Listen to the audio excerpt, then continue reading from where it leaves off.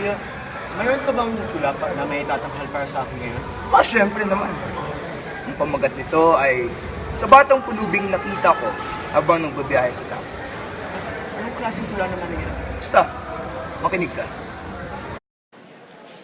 Nais kitang ihimlay sa aking mga bisig. Ipaghele sa mga uyaying matagal mo nang nalimutan. Ngunit, hindi ko pala kayang lumabas sa aking de-aircon na isipan. Grabe kuya, ang lukot naman ng tulang yan. Oo nga eh. Sino nga ba ang nagsulat yan? Siyempre si John Enrico Turalba. Turalba? Sino Turalba? Wala namang kilalang Turalba. Sabagay, di naman siya gaanong katinyag. Nakidig ka sa kwento niya. Si John Enrico C. Turalba ay unang nag-aral sa Pamantasang de La Salle, Manila. Nagtapos siya ng Bachilleres sa Agham sa Komersyo, Major sa Pamahalaang Legal, at kumuha rin siya rito ng Master sa Sining, Major sa Araling Filipino. Sa Pamantasang Normal ng Pilipinas, nakuha niya ang kanyang sertipiko ng pagtuturo sa edukasyong sekundarya. Nakapagtrabaho siya sa Departamento ng Filipino at Panitikan ng Pilipinas, CAL, UP Diliman, The Bookmark Inc., Pamantasang de La Salle, Manila, Miriam College, at sa kasalukuyan ay nagtatrabaho siya sa Komisyon sa Wikang Filipino. Kinasal niya si Elira Loyola Salanga at may 2 silang anak. Kuya, guro pala siya. Kung ganun, bakit siya nagsusulat ng mga tula?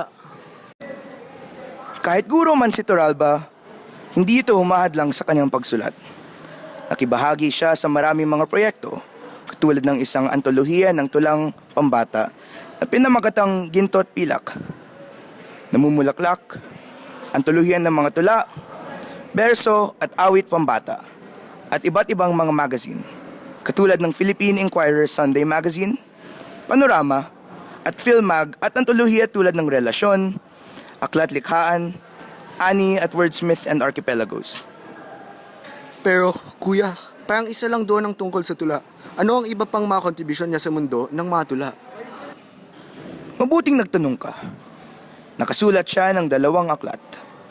Ang una ay pinamagatang Ang Mga Kaibigan ni Ella, at hindi ito tungkol sa mga tula.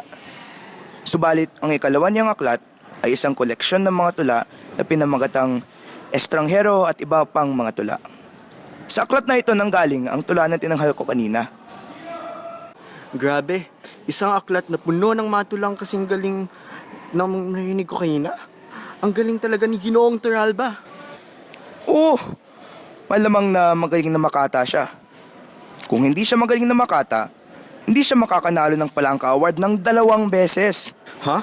Palangka awardee pala si Ginoong Turalba? Oo, Palangka Awardee si Turalba. Noong 2012, nakamit niya ang unang gantimpala para sa kategoryang tulang pambata para sa tula niyang Gusto Ko Nang Lumaki. At noong 2014, nakamit niya naman ang ikatlong gantimpala para sa kategoryang tulang pambata para sa tula niyang Lola Manghuhula. Ang galing pala ni Turalba. Pero bakit siya nagtutuloy na magsulat ng mga tula? Ito. Baka may paliwanag dito kung bakit siya ganito. Paano ba hinaharap ang mga gunita at karanasan? Maraming paraan dahil natatangi ang bawat isa.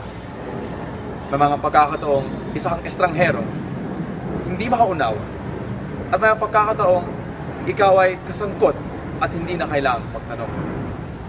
May mga pagkakataong sapat na ang kaunting taludtod upang masabi ang mga nais sabihin.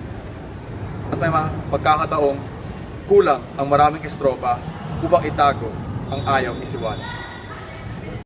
Siguro, nagsusulat siya upang ibahagi ang kanyang sarili sa iba. Pero, yan lang naman pagtingin ko. Gusto mong makarinig ng isa pang tula? Oo, kuya. Ito'y pinamagatang Estranghero.